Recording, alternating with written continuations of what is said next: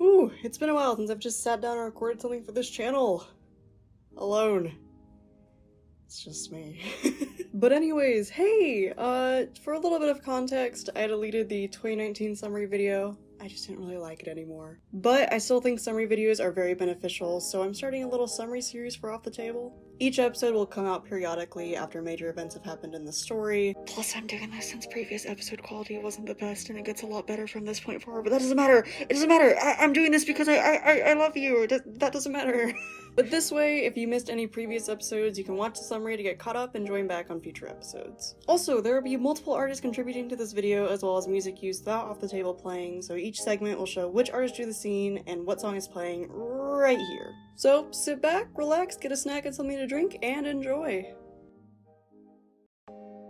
So, way back to the beginning, we begin with our lovely DM Helena and 3 players being Lee, Z, and Jules, that being me. Lee plays Finn, a human cleric, Z plays Laussel, a centaur bard, and I play Claudia, an orc tiefling bard. These 3 met at a circus after being picked from the crowd for their unique appearances. Long story short, by the end of the act and after being shown backstage, they found that this circus was quite abusive to both the animals and performers there. So the 3 of them teamed up and worked together to release the animals and expose the circus. But through the process, though the animals were freed, they were freed into a town full of people, which introduces us to Judy, a tiefling woman working for the town's police force, the town of Rosa to be exact. Laussel, Finn, and Claudia were hired under Judy to help crack down on the circus, but their first mission was to relocate the animals since that was directly because of them. And this is where Calypsa comes in, played by the wonderful Hyacinth, aka Hay. Calypsa, an Earth Genasi druid, is a good friend of Judy's and, being a druid, is assigned to the mission to help relocate the animals. And with some rough introductions... Yes. You speak common, correct? Yeah. Okay, we got one. 4 player characters are together as a party. They successfully carry out that mission and work under Judy for a while. Some time passes and the 4 are assigned to a mission regarding the trade between Mayas and Alvarez. Trade had suddenly stopped coming from Maya, so they were assigned to travel there and find out the reason. But upon the party's arrival, the reason is quite obvious. Smoke fills the air, doors are broken in, and a particular symbol is carved all throughout the town. All signs pointing to an attack. While wandering the streets, the party soon runs into a goblin girl, and through her we find where the people of this town have been staying. We enter where the townsfolk are taking shelter, and the goblin girl, whose name is Cecily, soon introduces us to a man named Darnell. Introductions with him are... I'm Laussel. My name is Calypsa. Claudia. I know who you are. And Whoa, then, whoa, whoa, whoa, no. Yeah. But anyways. Through Darnell, we find out that the town had been attacked by a group called the Pariah, whose ultimate goal is to loot, however they often leave tens to hundreds of people injured and many of them dead. And one of these more severe injuries had happened to Cecily's father, Gregory, a human man. Finn and Darnell worked together to heal Gregory's wound, while Laussel, Calypsa, and Claudia were tasked with distracting Cecily so she wouldn't have to hear her father in pain. Thankfully, the effort ended in success. Gregory was eventually healed, and the party now had answers to deliver back to Alvarez, with Darnell offering to do so for the party. However, before leaving, Darnell pulls Finn aside to talk for a moment. He had been using a voice changer with his mask, which he deactivates to talk. He gives Finn a Stone of Fire speech on a ring and informs her that he knows Claudia. He essentially tells Finn that if Claudia, if 4, is ever in danger, contact him through the ring. You know, normal interactions. After all of that was taken care of, the party headed out of Maya's and, due to how close it was, towards Finn's hometown, Zayla. While heading there, we receive a letter strapped to an owl, coming to find out that it's Finn's younger brother's owl named Nutmeg. The letter was essentially just expressing the family's hopes to see Finn for the Halsey Festival, which only reinforced our effort to get there. The trip was going rather smoothly. Until camp one night, of course. Calypsa was left for night watch, and she thinks she sees something moving in the distance. Upon further inspection, she finds a shadow-like creature with one eye. And before long, it lets out an ear-piercing scream. This obviously alerts the rest of the sleeping party, Finn being the first one up and out. Finn tries attacking the creature, however, this makes it target her, and we learn what these creatures are designed to do. It morphs into Finn's dad, bloodied and bruised, and replicates the spell she had casted directly back to her, which was her inherent flame. Thankfully, directly after, Calypsa manages to shoot a crossbow bolt directly into the creature's eye, which thankfully seemed to take care of it. Afterwards, Laussel and Claudia rush in with water, blankets, and whatever needed, since these creatures had essentially deafened Finn and Calypsa. The rest of the trip was spent with a cautious foot in making sure that the two's ears were okay.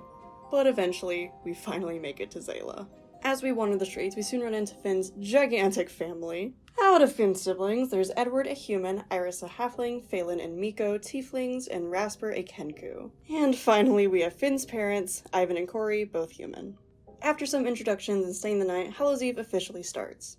And you know, why would we ever, go into detail about, making and designing costumes? Of course, we had a costume sequence! Do you know us? Laussel was a pirate, Calypsa was a sailor, Finn was a scarecrow, and Claudia was a crow. This is very important to the story. This changes everything! Moving on. We go through some party games, and some of the main prizes are wooden and hay dolls, and that'll come into play later. However, an important detail while the party celebrates is we find out that we didn't meet all of Finn's family. Finn's younger brother, closest to her in age, named Toby, hasn't been seen. Come to find out from locals, he's been missing for 2 years! For a little bit of context, 2 years ago, Finn left to go adventuring, and apparently, Toby tried to follow her, and hasn't been seen ever since. This, of course, leaves Finn rather lost in thought, especially since Hallows' Eve was a holiday she often celebrated with Toby. We get a small flashback sequence to Finn and Toby when they were young, sparring during Hallows' Eve, and Toby's magic ends up acting up without his intention for a moment. A mage hand with a magical sword ends up in the fight, one that Toby never intended to cast. But eventually, Finn soon zones back into reality and the festival continues. Thus, the grand finale to Hallows' Eve. After everyone has played some games and earned some prizes, the celebration ends with a huge bonfire. And this is where the wooden hay dolls come in. They're tossed into the fire to help fuel it while everyone dances around the fire and celebrates. What a cute and lively atmosphere, right? But of course, we're not allowed to have fun in this campaign, are we? The music, of course, suddenly cuts, and a silence comes across the crowd. There's a bit of murmuring until the cause of this sudden stop is identified. A group of people wearing geometric animal masks are spotted. There's a bit of a standstill for a while until the group ends up approaching and circling the event, and the crowd is quickly ushered out as initiative begins. The party and town leaders are left to fight off these people, who are accompanied by one of those shadow people, of course, this time with 2 eyes! It just keeps getting better! By the end of the fight, we're left with 1 cultist remaining, which Claudia casts sleep on rather than killing. Now the party is left with a guy in a mask knocked out. First instinct, yank off the mask. No good, of course. Even the highest of strength rolls can't remove this thing, and not even knives or magic pierce through it. We eventually give up, tie the person up, and now we have a hostage! Amazing! Finn's dad, Ivan, who had assisted us during the fight, helps us in the aftermath and comments that he hadn't experienced this in a while, suggesting that he's seen these people before. He explained it happened when Finn was young, and they were attacked in a city called Mariat by 2 different groups. Which Finn asks if, by any chance, one of the groups marked up a bunch of buildings? In which Ivan immediately says, "Meet me back at the manor." The party and Finn's parents end up explaining all current connections to these groups. We explain that we've run both into the Shadow People and the group we've come to know as the Pariah. We learn from Ivan that these Shadow Folk, also known as Spectrals, are beings that can replicate spells and attacks, however their main source of power is transforming into a person's greatest fear. We then learn about the Masked People and the Pariah. Finn's mom, Corey, explains that when Finn and Toby were young, they had an encounter with both groups. There were the Masked People, which can only be described as cultists, and the Pariah.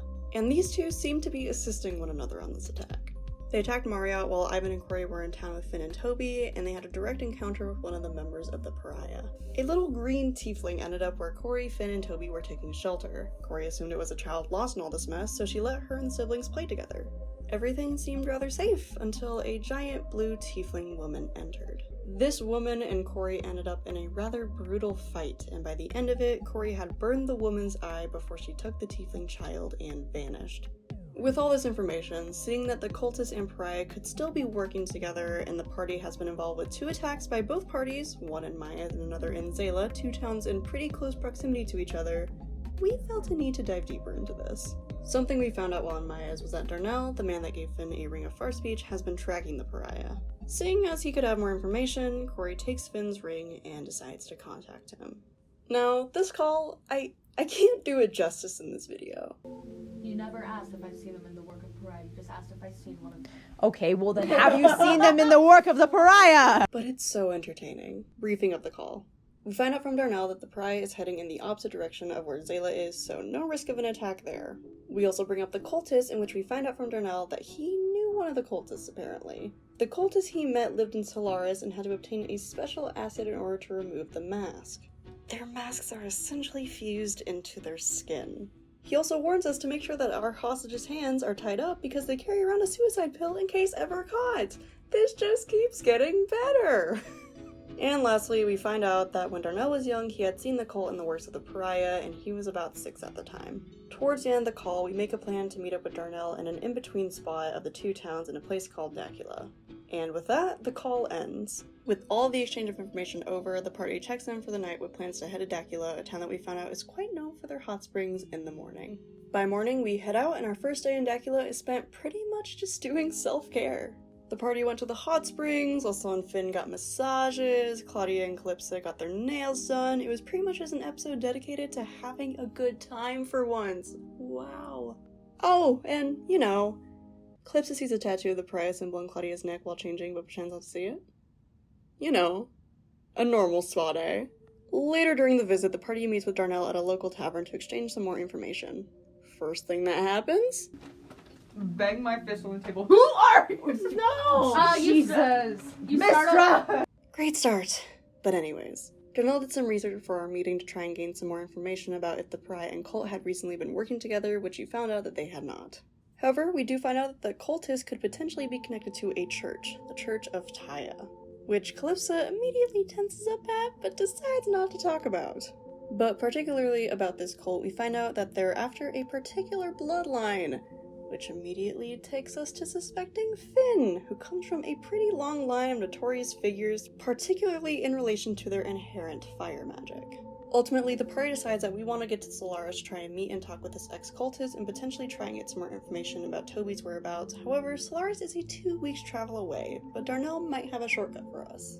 Some of his contacts are based in Marriott, and they might have a way for us to get to Solaris quicker. He gives us their contact information hesitantly, giving us the names Bithais and Abel, and tells us to tell them that Demetrius sent them. Bithais is in this? What? We also find out that Bithais and Abel are 2 leaders in the Golden Serpent Mafia? Mafia, tribe, and cult. We got it, boys. We have got the We're not that unholy bad. trinity. Informants, we're not gonna worry about the morality of it.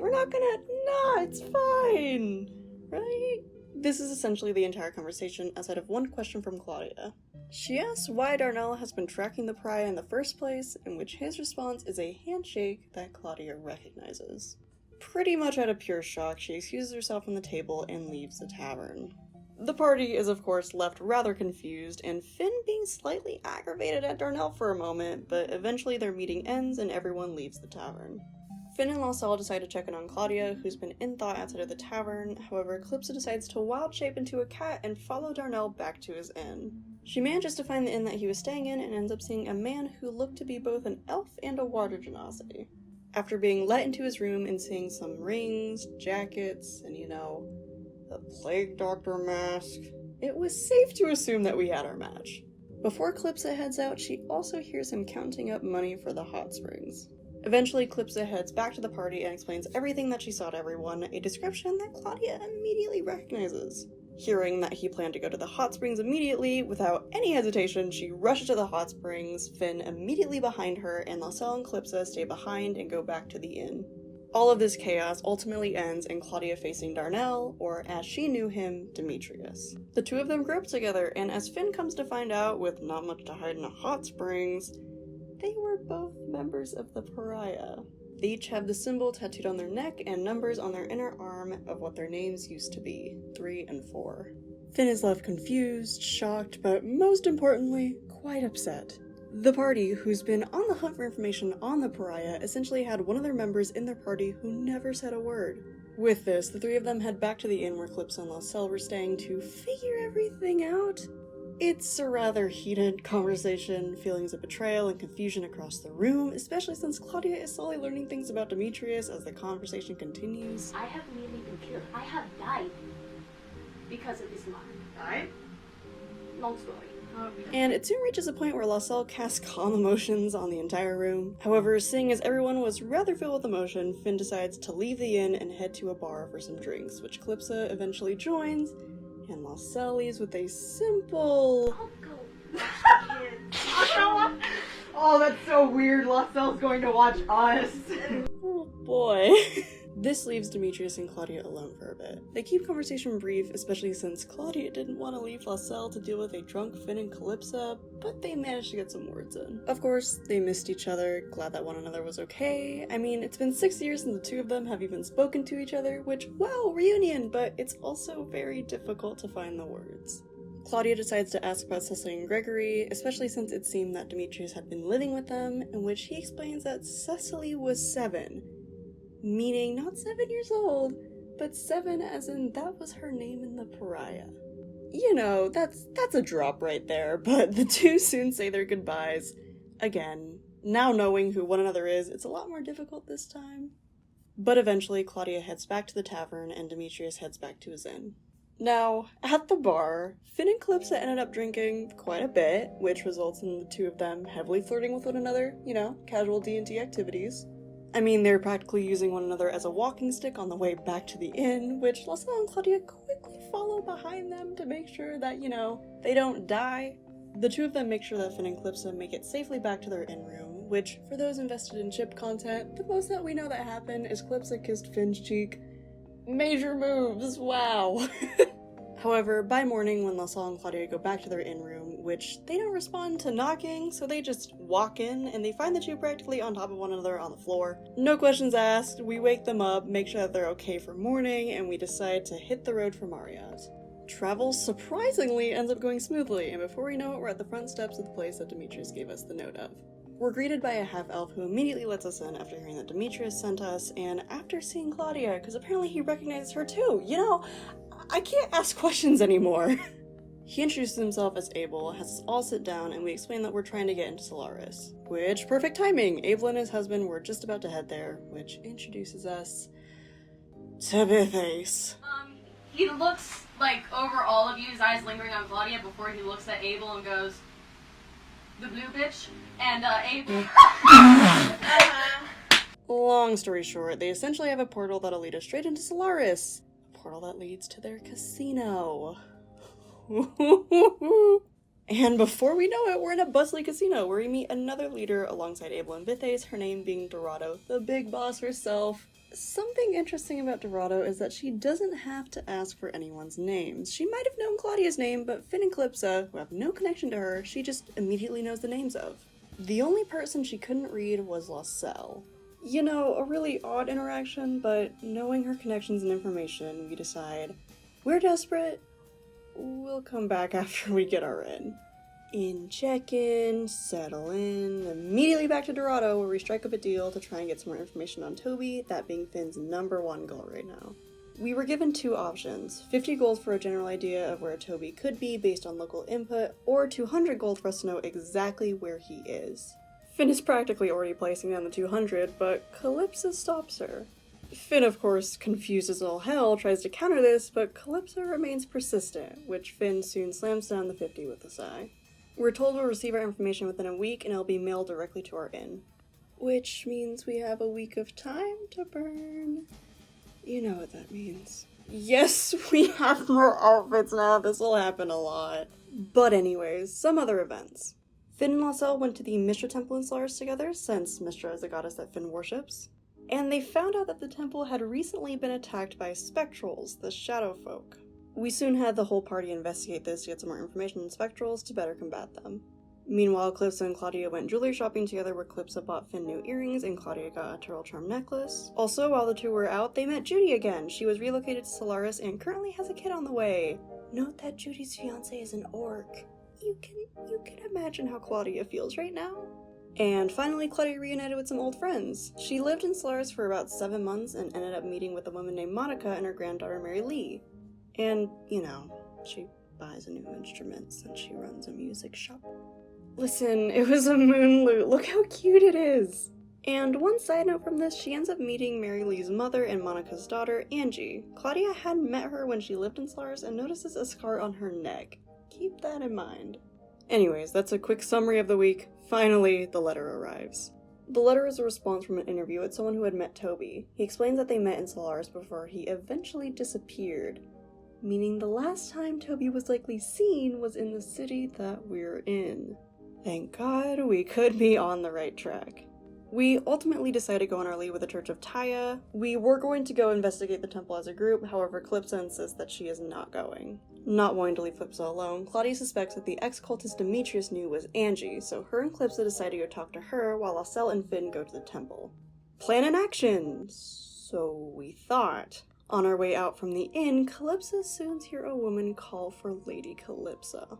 We turn around to see a woman named Celile, someone who grew up in the Teya temple with Calypsa, which Calypsa takes a 180 with her tone and general demeanor entirely. Celile is stiff like a mannequin with a smile plastered onto her face, and eventually she asks to pull Calypsa aside to talk. Which, side note, in person when this was happening, Lee, Z, and I were asked to leave the room, so it was only Helena and Hey in there. While away, Calypsa and Celile talk about the potential for Calypsa to be welcomed back to the Church of Teya. She talks about Toby, saying how they're getting ready for a ritual with him, and though Calypsa was banished, they want her back. In her words, Calypsa once caused an eclipse of sorts. Though we don't know exactly what it was, Celile says she needs her to do it again. Calypsa, clearly hesitant and not wanting to, nearly denies, but she soon realizes that this could be their ticket to Toby. And with that, Celile welcomes Calypsa back to the Church of Teya before coming back to the party. Calypsa quickly clings to the rest of the group and say that they all need to go back into the inn. 1, to talk. 2, with some checks, we found out that we feel eyes on us. So yeah, we're leaving! We're gone! So, our hunch on Toby being in the church, completely solidified now. Calypsa used to live in the Church of Teya. Before she was banished, she knew Toby. From what she knows, he could still be in there. That's why she wanted the 50 gold option rather than the 200 with Dorado. Another reason, if we went with the 200 option, it would have taken 2 weeks, and by then, Toby would be dead. Oh, and another little side note for you. Those spectrals? Oh yeah, that's tied to the church as well. Oh, and one of the 2 white spectrals? Yeah, apparently that could have been tied to Toby. Yeah, this is really fun! But you know, with the pieces put into place, let's infiltrate a fucking church, baby. Current plan. Claudia goes to speak to Angie. During the meeting with Dorado, she took a particular interest in Laussel. Seeing that Dorado could be a good source of information, we have Laussel go and talk to her, seeing as she might be able to get some information for free. And finally, Finn and Calypsa go meet with Judy to try and get some support from the police in case anything in the church goes wrong. Spoiler alert, by God does it go wrong. Eventually, the party all splits to go take care of all the information needed. In short, Claudia meets with Angie, finding out that she was indeed the woman that she suspected she was, and gets a little information as to what to do with the current hostage back in Zayla. Laussel meets with Dorado to try and get some more information on the cultists and Church of Teya. Dorado had suspected a connection, which is how Demetrius knew of it, but hasn't been able to infiltrate much past that. But besides all of that, they talk about Laussel's connection to the Fae and how Dorado was unable to read her. Finally, Finn and Calypsa ultimately get a maybe from Judy. She said she'd try her best to potentially have support for us, but you know, that means maybe don't rely on the cops to save your ass! But after all the information is gathered, we get some new supplies, prep up, and decide, let's fucking crash a ritual party. So the morning of, Calypsa straightens her hair and puts on what used to be her Teya garments, and by God, does she look different. We then head to the Church of Teya by carriage, which is a bits away. Calypsa informs the party to follow her lead and not say a word if possible. Once we make it there, Calypsa says that she decided to bring guests to try and introduce them to Teya. That lie ended up working, and soon enough we're walking around the temple with Calypsa as our guide. We have a few interruptions, one of which being Calypsa's uncle. He welcomes her back privately and seems a lot more genuine with Calypsa than anyone else there. He's one of the only genuine smiles you can see in this place. He informs her that her garden has been left fully attended to, and she now has full access to the temple. Once Calypsa is back, we try to formulate a plan while in Calypsa's garden. Our initial plan involved casting suggestion on the High Priestess, the highest in authority aside from the High Priest, that being Calypsa's uncle. And we try this plan out! However, the Priestess rolls a natural 20 on her check, so she's well aware that Laussel tried to cast a spell on her. Yeah, we might have eyes on us now. We go through many different plans. Clips of wild shapes to try and find Toby, to try and sabotage the ritual equipment. We try and see if there's any other way to get the High Priestess and priest on our side. But before we know it, the ritual begins. The party is left in a crowd of animal cultists and Teya worshippers as we see Toby chained on stage, scarred and looking to be on his last moments. The whole time his eyes going in and out of a red color. The High Priestess and priest come onto stage, ritual knife in hand, and it's about to begin. Before Finn directs her flame directly to the High Priestess. Roll initiative. So here's the setup. Finn casts her flame, which turns everyone against her. However, Calypsa pretends to apprehend her. This regains the High Priestess's trust, and Calypsa brings Finn onto the stage. Laussel charges in and tries to distract so Calypsa can continue in her plan. And finally, Claudia goes invisible and up onto stage to try and potentially free Toby while all of this is going on. Everything is rather tense and panicky until we see Finn's eyes go electric blue. A voice emits from her, one that's clearly not her own, and demands everyone to get down. And with that, Finn soon erupts into flames, capable of killing anyone unable to dodge or take cover, leaving an entire room of worshippers down. Finn afterwards collapses, still breathing, but knocked out. Toby is knocked out as well. And Laussel, Claudia, and Calypsa face a decimated room as they try to stabilize Finn and Toby with healing spells. The entire room is completely still aside from these three. And that's where next episode will pick up. So I know this video is already very long and you probably just want to leave, but before I go into anything else, I want to thank T and Helena so much for helping me out with the visuals in this. Helena, you already fucking know Helena. Absolutely incredible DM, wonderful artwork, everything she does is absolutely fantastic. Please, go just give her love in like every sort of way, please. And T, who you haven't seen on this channel yet, but by God is she fucking talented. Please check out her YouTube and Instagram below. She's starting a series called Oddities on her YouTube channel, and fucking please go support it. And you know, the voice actors in it may or may not be the Off the Table cast. And thank you to all of you for watching. If you're new to this channel, this is the first video you've seen, please stick around. You can see the next few episodes coming out. I'm super excited for you to see them. And if you've been here for a while and have been watching Off the Table for a while, then I am super excited for you to see the future episodes too. The quality is so much better and the story just, it's so interesting right now. I am, whew. And final little side thing, I hope you enjoy the channel rebrand. I'm still gonna have my own channel and own content under JRose, but since this channel is home to many different people now, I decided to rename it to Gaming Garden. And the gaming and gaming garden doesn't just mean D&D. Expect some new content coming out. I'm done rambling. Thank you so much for watching, and I'll see you in the next episode. Bye!